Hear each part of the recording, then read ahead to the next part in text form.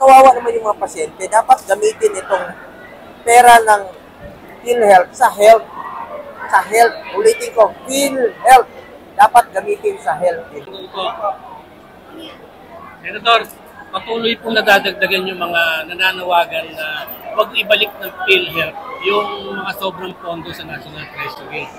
Ano pong nais ma-achieve ng Committee on Health sa hearing nyo bukas? Una-una bilang chairman ng Committee on Health at meron pong oversight functions no sa Universal Healthcare Law, patuloy tayong magdidinig bukas.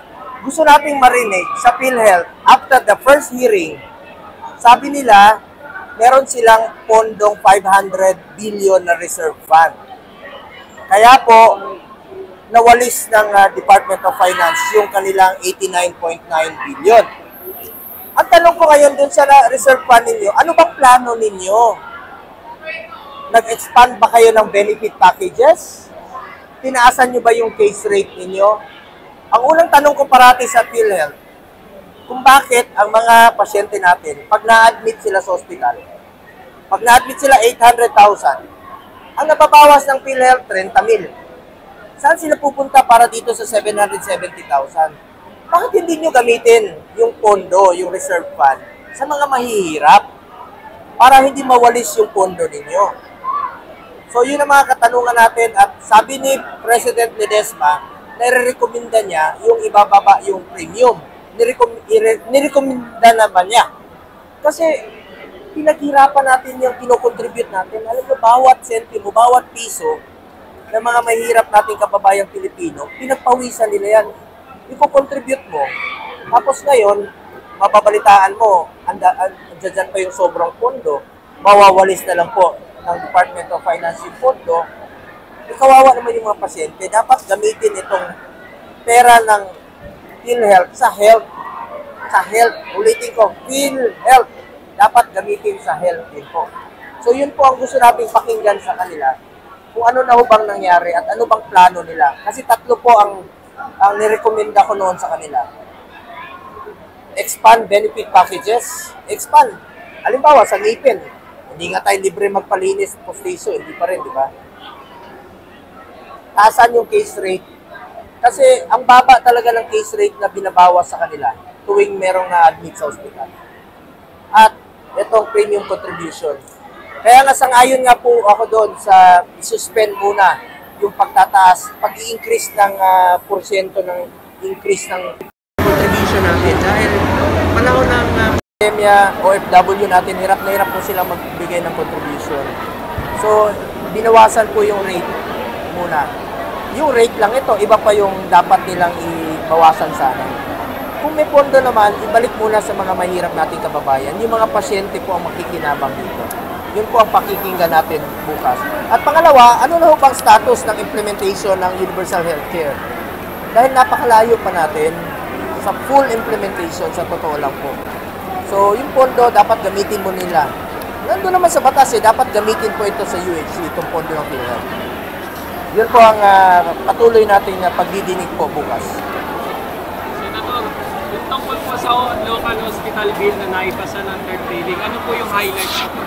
Una-una, marami na tayong naipasa, no, ng mga local bills.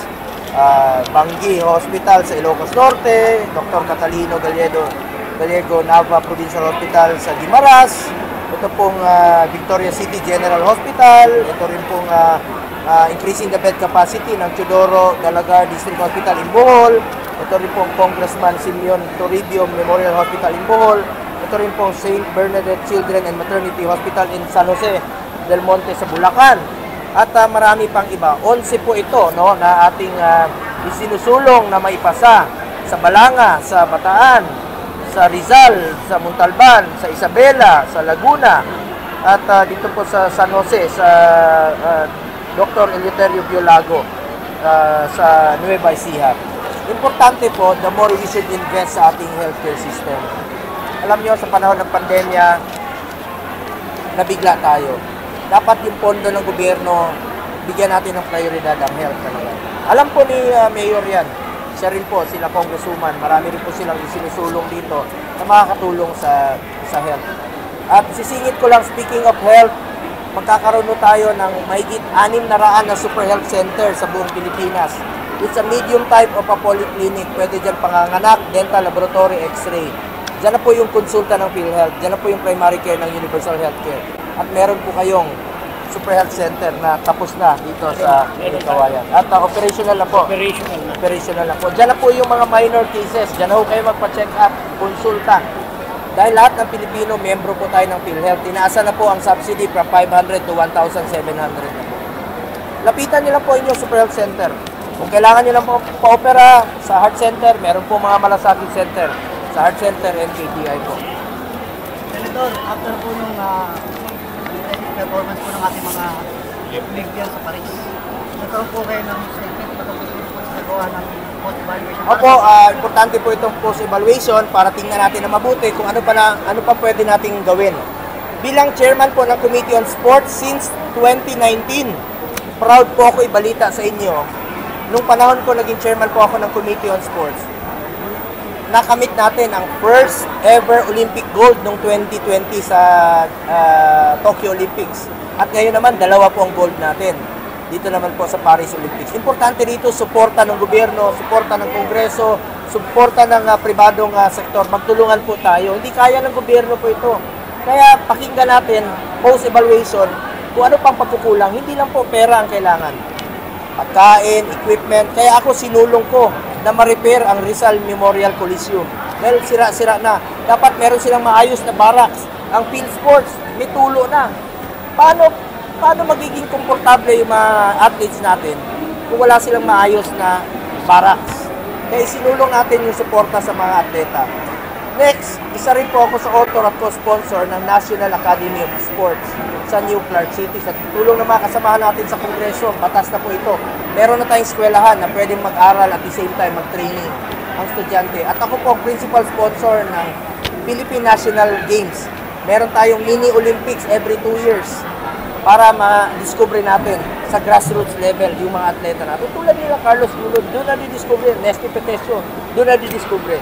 Gusto ko lang po i-share sa inyo, bago pa umalis ang ating mga atleta, bago pa sila nanalo, a month prior their departure, ako po yung nagsulong ng suporta sa kanila through PSC. Nabigyan sila ng tigpa 500,000 bago pa sila umalis. Importante yun kasi para may maiwan sila sa pamilya nila.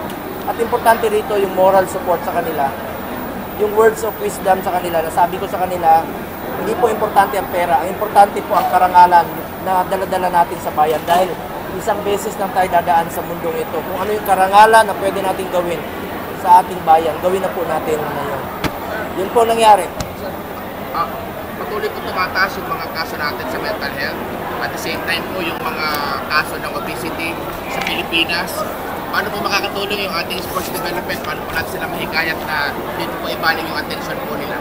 Alam nyo, nasa studies po, no? Nasa survey, na pag tayo po physically fit, mas maiwasan po yung pagkasakit sa mental.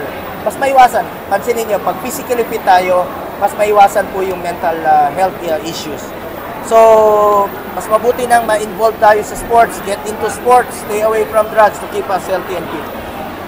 Tungkol naman doon sa obesity problem, merong findings ang DOST, Food and Nutrition Research Institute, sa kanilang ginawang 2021 Expanded National Nutrition Survey, kung saan nakita na ang obesity rate ng kabataang Pilipino, edad 0 to 5 years, ay 3.9% at 4% para sa mga school age 5 to 10 years old. Maliit na number sa unang tingin, pero ayon sa study, this is already times 4 of the rate na meron tayo 35 years ago. Very, very alarming po ito. Hindi lang undernutrition ang problema.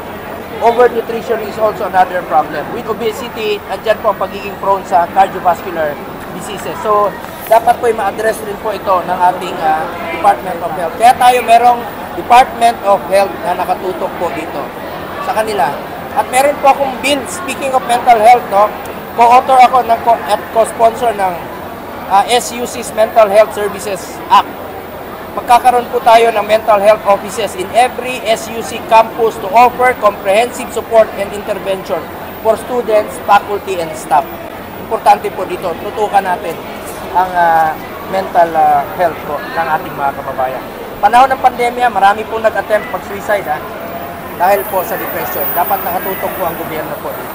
Salamat po Salamat, Mayor. Salamat, Congresswoman Villarica, sa inyong serbisyo sa ating mga kababayan sa Bulacan.